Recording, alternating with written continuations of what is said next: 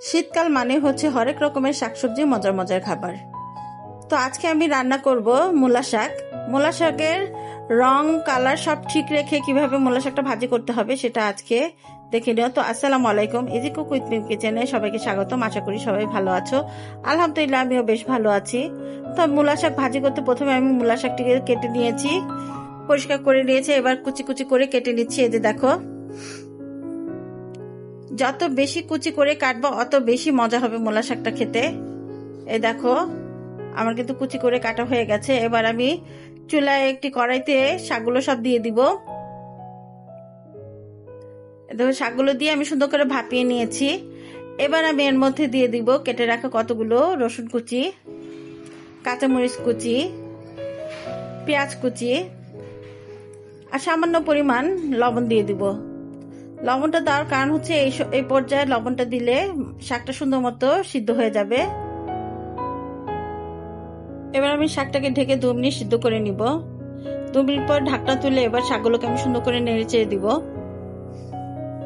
এপিট ওপিট করে সুন্দর করে নেড়ে নিব আমি। দেখো, যে কোনো সবুজ শাকসবজি বেশিক্ষণ ঢেকে রান্না করতে হয় না। বেশিক্ষণ ঢেকে রান্না করলে এটা কালারটা নষ্ট হয়ে যায়। তোমরাও চেষ্টা করবা যেন শাকসবজিগুলো কম ঢেকে রান্না করা যায়, বিশেষ করে সবুজ শাকসবজিগুলো। তো এই যে দেখো আমার শাকটা কিন্তু সুন্দর মতো একদম সিদ্ধ হয়ে গেছে, একদম খুব সুন্দরভাবে সিদ্ধ হয়েছে, পানিটাও শুকিয়ে গেছে। এবার আমি এটাকে একটি সাইডে রেখে কড়াইতে পর্যাপ্ত পরিমাণ তেল দিয়ে দিব। শাক ভাজিতে তেলটা একটু বেশি দিতে হয়, তাহলে এটা খেতেও মজা হয়। এবার আমি দিয়ে দেবো 1 মুঠো পেঁয়াজ রসুন কুচি দিয়ে এটাকে আবার একটু নেড়ে চেড়ে নিব।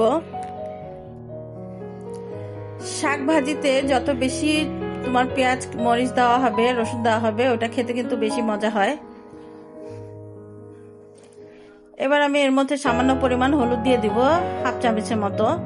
হলুদটা দেওয়ার কারণ হচ্ছে সবুজ শাকসবজির মধ্যে হলুদটা একটু পরিমাণে বেশি দিলে এটা কালারটা আরো সুন্দর থাকে, কালারটা একদম সবুজ সবুজ থাকে, কালার নষ্ট হয় না। তারপর দিয়ে দিয়েছি সামান্য পরিমাণ লবণ। যেহেতু আমার লবণ প্রথমে দেওয়া ছিল, এজন্য এখন আমি পরিমাণ মতো দিয়েছি। আমার পেঁয়াজ রসুনগুলো ভাজা হয়ে গেছে। এর মধ্যে এখন আমি দিয়ে দিব শাকগুলো। শাক দিয়ে সুন্দর করে এবার আমি নেড়ে নিব। দেখো সবগুলো শাক দিয়ে দিয়েছি। এবার নেড়ে ছেড়ে নিলে আমার শাক ভাজিটা হয়ে যাবে। আমার কাছে এভাবে শাক ভাজি করলে বেশ ভালো লাগে খেতে, আমি খুব মজা করে খাই। শাক ভাজি ভর্তা আমার খুব ভালো লাগে। তো আমার রেসিপিগুলো যদি তোমাদের ভালো লাগে তাহলে এভাবে একবার ট্রাই করতে পারো বাড়িতে, খেয়ে দেখবা আসলে খুব মজা হয়। এবার আমি ভাজিগুলো তেলের সাথে খুব সুন্দর করে ভেজে নিব, একটু ভাজা ভাজা করে নিব, তাহলে খেতে বেশি ভালো হয়। খুব সুন্দর করে ভাজা ভাজা করে নিব। এ দেখো শাকের পানিগুলো যখন শুকিয়ে যাবে তখন আমার ভাজিটা একদমই কমপ্লিট হয়ে যাবে। এই যে দেখো শাকের পানিগুলো প্রায় শুকিয়ে গেছে, আমার ভাজিটা একেবারেই কমপ্লিট হয়ে গেছে। আমার রেসিপি যদি তোমাদের ভালো লাগে অবশ্যই আমার চ্যানেলটি সাবস্ক্রাইব করবা, বেল আইকনটিতে ক্লিক করে দিবা যেন সবার আগে নোটিফিকেশনটা তোমাদের কাছে চলে যায়।